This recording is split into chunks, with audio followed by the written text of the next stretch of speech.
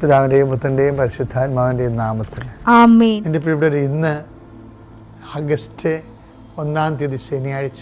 അമ്മേ പരിശുദ്ധ അമ്മേ, അമ്മേ പരിശുദ്ധ ദൈവമാതാവേ, കൃപാസനത്തിലൂടെ ഞങ്ങളുടെ ദേശത്തിനും അമ്മ മധ്യസ്ഥം തേടി തന്ന എല്ലാ അനുഗ്രഹങ്ങൾക്കും കൃപകൾക്കും ഞങ്ങളിപ്പോൾ ഹൃദയം നിറഞ്ഞ നന്ദി പറയുന്നു.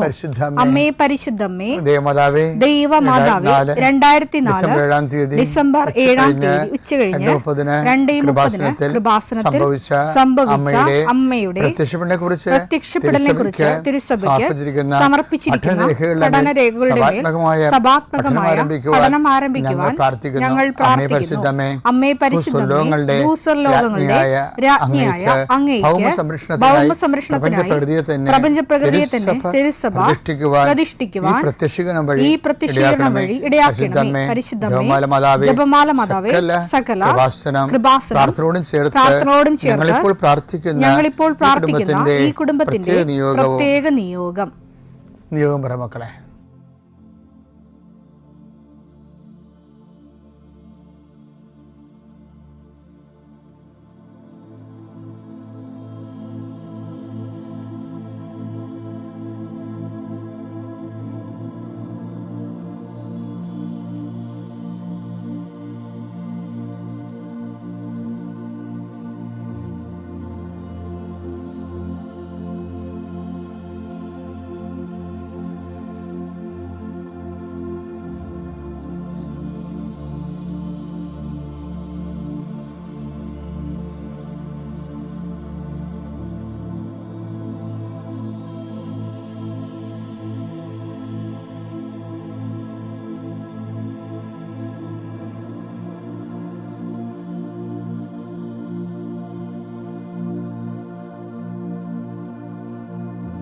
അമ്മയുടെ പ്രത്യക്ഷീകരണത്തിന്റെ ഈ അനുഗ്രഹവേളയിൽ ഞങ്ങൾക്ക് സാധിച്ചു തരുവാൻ കനിയണമേ.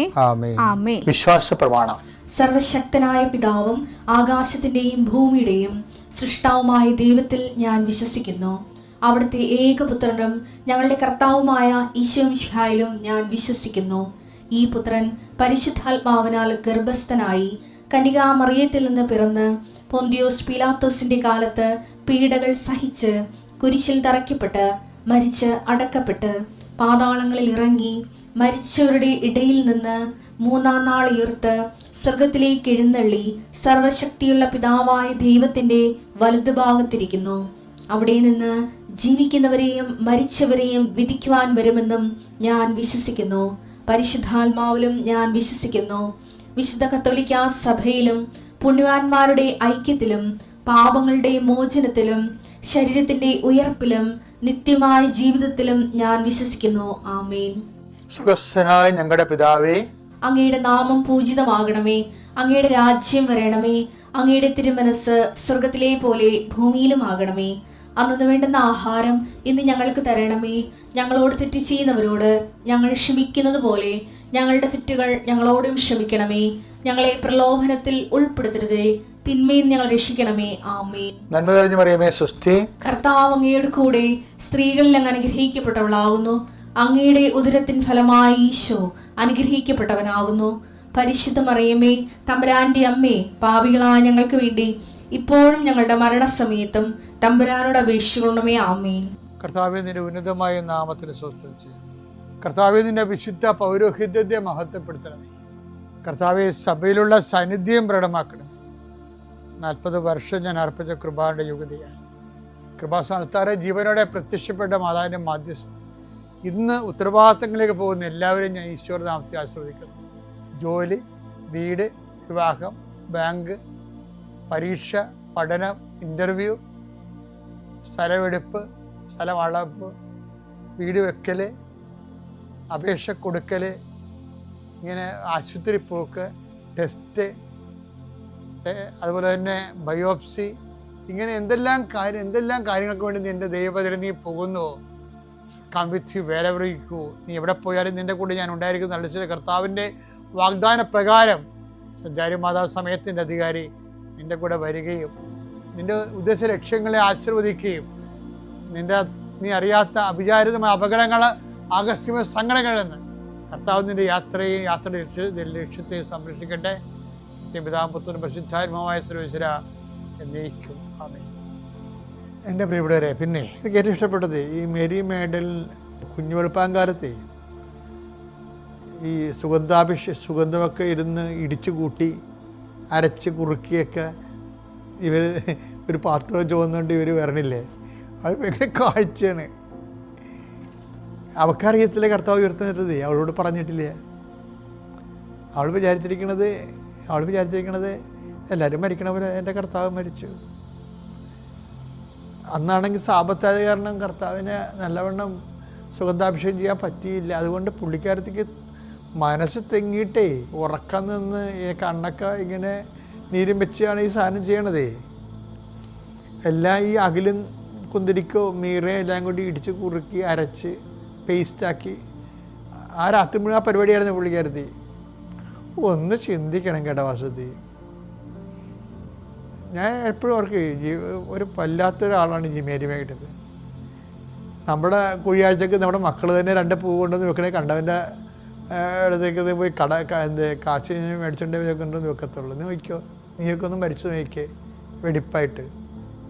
എൻ്റെ മക്കൾ കുഴിയാഴ്ചക്ക് വല്ലയിടത്തും പോയി പൂ വിലക്ക് മേടിച്ചുകൊണ്ടെന്ന് വെച്ച് കുത്തിച്ചു കഴിഞ്ഞാൽ അത് അവർ ചെയ്യത്തില്ല. ആരെങ്കിലും കൊണ്ട് കോൺടാക്ട് എടുത്തിട്ട്. ഇപ്പോൾ എല്ലാത്തിനും ഈവൻറ്റ് മാനേജ്മെൻ്റ് അല്ലേ. കുഴിക്കാൻ പൂ വെക്കാനും നിനക്ക് ഈവൻറ്റ് മാനേജ്മെൻ്റ് ആയിരിക്കും. അപ്പോഴാണ് ഈ മനുഷ്യ സ്ത്രീ കുറുക്കി അവളോട് പറഞ്ഞിട്ടില്ല കർത്താവ് ഉയർത്തുന്നേക്കണ കാര്യം. അവൾ മരിച്ച് അങ്ങനെ ഇരിക്കണമെന്ന് വിചാരിച്ചത്. അങ്ങനെ ചെല്ലുമ്പോൾ തന്നെ നമുക്ക് അത് ചെയ്യാൻ പറ്റും. കല്ലൊന്നും മാറ്റത്തില്ല, തോട്ടക്കാരനോട് പറഞ്ഞാൽ ചിലപ്പോൾ അവിടെ ചെയ്ത് നിൽക്കും എന്നൊക്കെ പറഞ്ഞുകൊണ്ട് ഇയാൾ വളരെ ഫ്രണ്ട്ലി ആയിട്ടാണ് പോണത്. അവിടെ ചെന്നപ്പോഴല്ലേ പുള്ളി ഞെട്ടിപ്പോയത്, കല്ല് മാറ്റിയിട്ടിരിക്കണേ. കർത്താവ് അവൾ കുനിഞ്ഞു നോക്കിയപ്പോൾ കർത്താവിനെ കാണാനില്ല. സങ്കടപ്പെട്ട് അലച്ചതല്ലി ഓടിക്കതച്ച് ഇവിടെ വന്നിട്ട് അണച്ചു പോയി കർത്താവ് കാണാനില്ലെന്ന്. 10 ദിവസം പുറകെ ഓടി യോഹന്നാൻ പുറകെ ഓടി. അങ്ങനെ ചെറുപ്പമായ കാരണം കുറച്ച് മുമ്പേ ഓടി. 10 ദിവസം പുറകിലാക്കി ഓടി. അപ്പോൾ ഈ 3 പേരും കൂടി വെളുപ്പാങ്കാലത്ത് ഓടി അവിടെ ചെന്ന് യോഹന്നാൻ അവിടെ തറച്ചു നിന്ന്. കാര്യം പുള്ളി അല്ലല്ല അകത്തോട് കയറേണ്ടത്. 10 ദിവസമാണ്. 10 ദിവസം അകത്ത് കയറിയപ്പോൾ ഇവൾ പറഞ്ഞത് ശരിയാണ് എന്ന് കണ്ട്.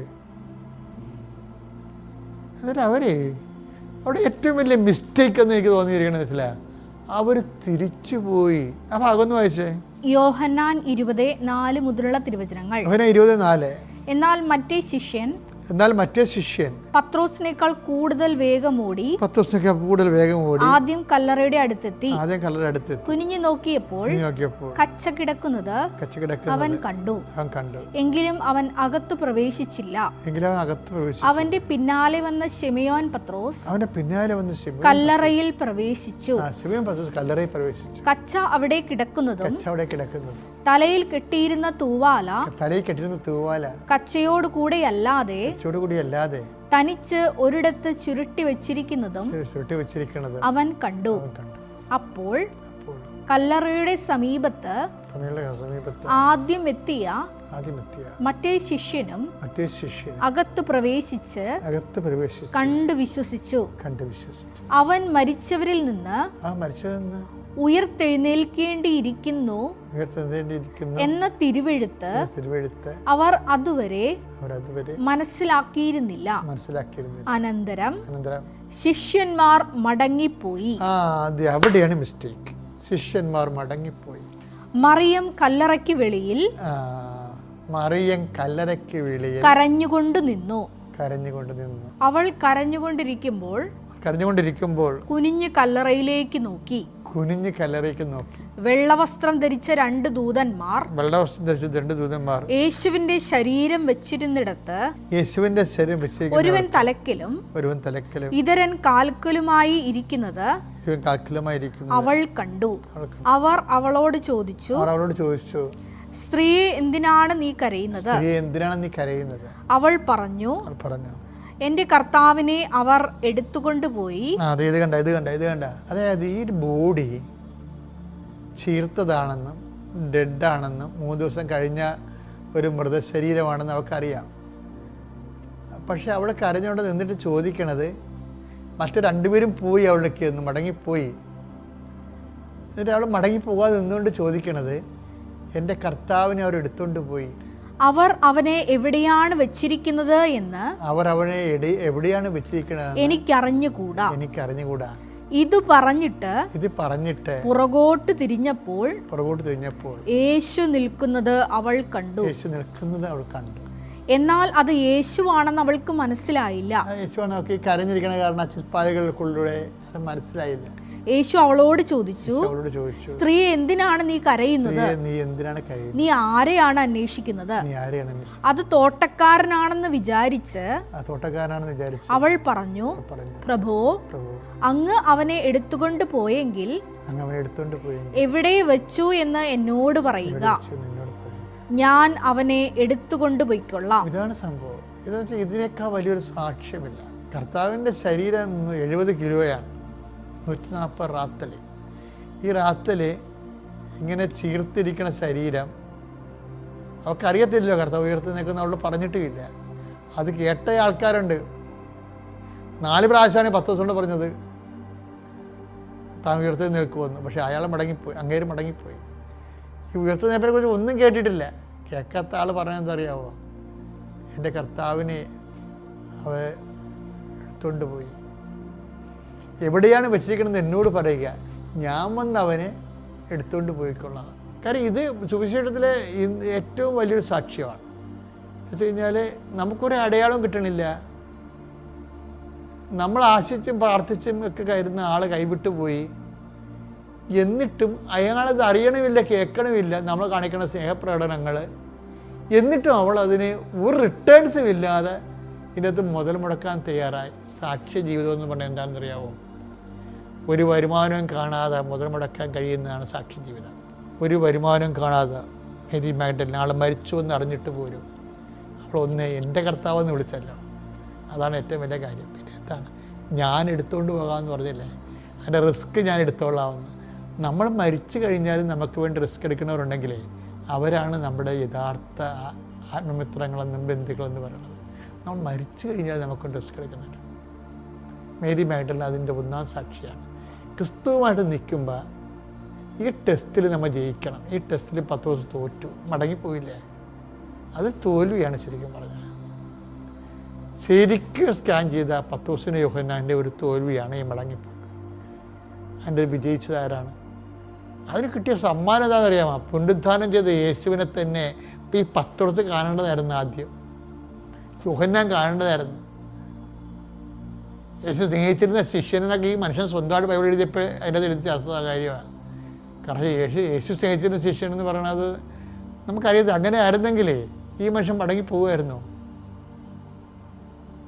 ഇവരൊക്കെ കാലാന്തരത്തിൽ പരിശുദ്ധാത്മാവ് പെന്തക്കോസ്ത് ദിവസം കഴിഞ്ഞതിന് ശേഷമാണ് ബോധവും വെളിയൊക്കെ വന്നിട്ട് എന്താണ് സംഭവിച്ചതെന്ന് കൃത്യമായിട്ട് മനസ്സിലാകണത്. പരിശുദ്ധാത്മാവ് വരുന്നതിന് മുമ്പ് എന്താണ് സംഭവിച്ചത് മനസ്സിലാക്കിയ ആളാണ് മേരി മാഗ്ഡലിൻ. അവൾ എൻ്റെ കർത്താവ് എൻ്റെ ദൈവം എന്ന് തോമസ് വിളിക്കണ മുമ്പ് ആദ്യം വിളിച്ച ആരാണ്? എൻ്റെ കർത്താവിനെ എടുത്തുകൊണ്ട് പോകുന്ന മേരി മാഗ്ഡലിനാണ്. അപ്പോസ്തലനേക്കാൾ വലിയ സാക്ഷ്യമാകാൻ നമുക്ക് കഴിയും. ഓർക്കുക, പിതാവിൻ്റെയും പുത്രൻ്റെയും പരിശുദ്ധാത്മാവിൻ്റെ നാമം.